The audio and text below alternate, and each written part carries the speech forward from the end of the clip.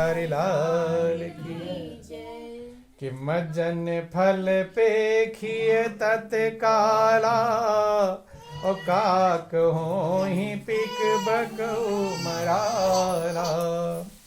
कहते हैं कि सत्संग की गंगा में डुबकी लगाने का फल तत्काल मिलता है। काले कौवे कोयल बन जाते हैं और बगुले हंस बन जाते हैं। लेकिन जब लोग सत्संग में जाते रहते हैं, आते रहते, जाते रहते, आते रहते हैं, तो फिर भी आप देखते हैं कि परिवर्तन नहीं। तो महापुरुष कहते हैं कि अगर सत्संग में हम जा रहे हैं और हमारे अंदर बदलाव नहीं आया, परिवर्तन नहीं आया, तो इसे दुर्भाग्य कहते हैं। क्या कहते हैं?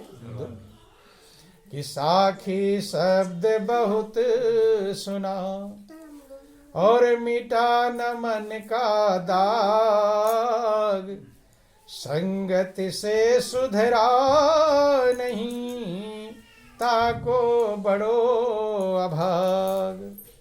साखी कहते हैं, कबीर के जो दोहे थे उनको साखी पुकारा गया। क्या कहा गया? साखी।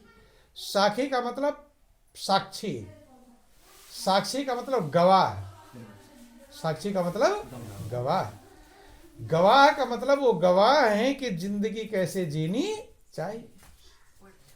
तो ऐसे साखी के शब्दों को हमने सुन तो लिया, लेकिन हमारा मन का दाग मिटा नहीं, मन निर्मल नहीं हो पाया। भाई धोबी के यहाँ कपड़ा ले जाओ और धोबी धुल कर वापस दे दे, लेकिन कपड़े की मैल ना जाए तो क्या धोबी को सही कहेंगे? फिर धोबी को सही, या साबुन कोई खरीद कर ले आओ। तो अगर साबुन से कपड़े को धुलते हैं और कपड़ा फिर भी साफ नहीं हुआ तो क्या कहेंगे? साबुन सही कि खराब? साबुन खराब। ऐसे ही महापुरुष कहते हैं, अगर हम सत्संग में जाते रहते हैं तो दो चीजें हैं, या तो साबुन खराब होगा और या तो धुलने वाला सही प्रकार से धुल पाया नहीं।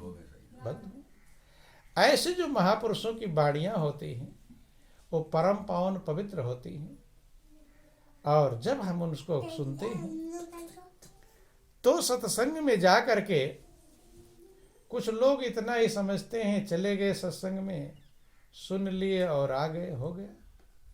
लेकिन महापुरुष कहते हैं सुनने में तीन बातें हैं, और जब तीनों बातों का पालन होगा तब होगा सत्संग। क्या होगा? सत्संग।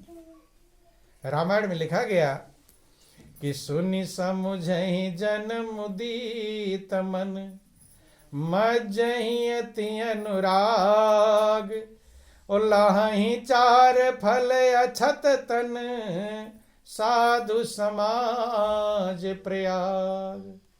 संत के समाज को तीर्थराज प्रयाग कहकर पुकारा गया। क्या कहा गया? तीर्थराज प्रयाग।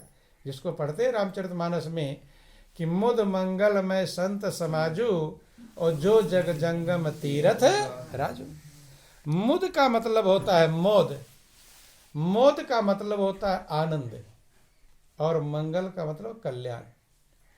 आनंद और कल्याण को प्रदान करने वाला जो संत का समाज है, ये संसार में जंगम तीर्थ है, अर्थात चलता फिरता तीर्थ राज प्रयाग कहलाता है। तीर्थ दो प्रकार के हैं, एक जड़ तीर्थ, एक जंगम तीर्थ। जड़ तीर्थ का मतलब वो तीर्थ एक जगह पर रहता है।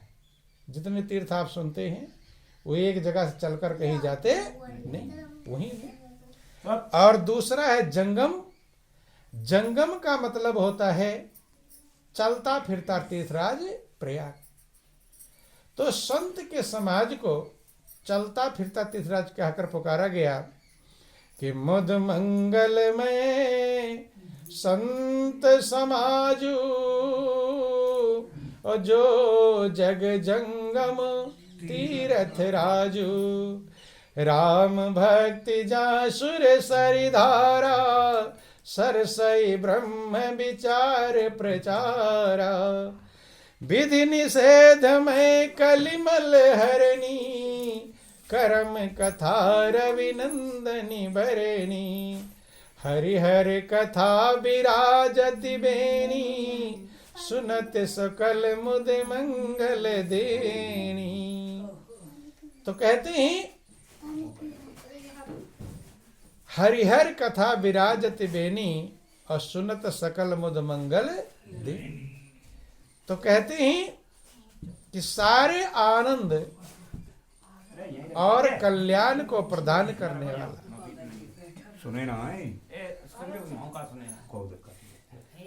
बोलो वृंदावन बिहारी लाल की जय, बोलो सब संतों की जय। कोई बात नहीं, ध्यान देंगे। सारे मुद का मतलब होता है मोद और आनंद को प्रदान करने वाला, जो त्रिवेणी है, संगम है। बंधुओं, लेकिन सत्संग को सुनने के बाद भी दिखाई पड़ता है कि लोग वैसे चिंतित, बेचैन और अशांत रह जाते हैं। कारण क्या होता है? कारण मात्र एक होता है कि पहला काम है सुनना और दूसरा काम है समझना। क्या है? समझना। और तीसरा काम है करना। ये तीन चीजें हैं सत्संग में। क्या क्या है? पहला काम सुनना और दूसरा काम समझना और तीसरा काम करना। ये तीनों काम जिसने कर लिया तो वो चारों फलों को प्राप्त कर लेगा, धर्म, अर्थ, काम और मोक्ष। और ये चार पुरुषार्थ जीवन के हैं, यही जीवन में पाना होता है। बंधुओं, कहते सुन समुझे जन मुदित मन, मज्जहि अति अनुराग, और लाहि चार फल अछत तन साधु समाज प्रयाग। लेकिन ये चारों फल कहाँ मिलेंगे? साधु समाज प्रयाग में। कौन से प्रयाग में? साधु समाज प्रयाग में। उस तीर्थराज प्रयाग में नहीं, इलाहाबाद वाले प्रयाग में नहीं मिलेगा। इसलिए उन्होंने कहा दिया कि जल्दी लोग प्रयाग किसे समझते हैं? इलाहाबाद को ही प्रयाग समझते हैं। लेकिन उन्होंने साधु समाज प्रयाग, साधु समाज प्रयाग में ये चारों फल प्राप्त कर लेगा। और कब प्राप्त करेगा? अच्छा, तो तन, शरीर के रहते ही, अर्थात मरने पर नहीं। ज्यादातर लोग यही सोचते हैं कि मरने पर हमारा उद्धार होगा। क्या होगा? उद्धार।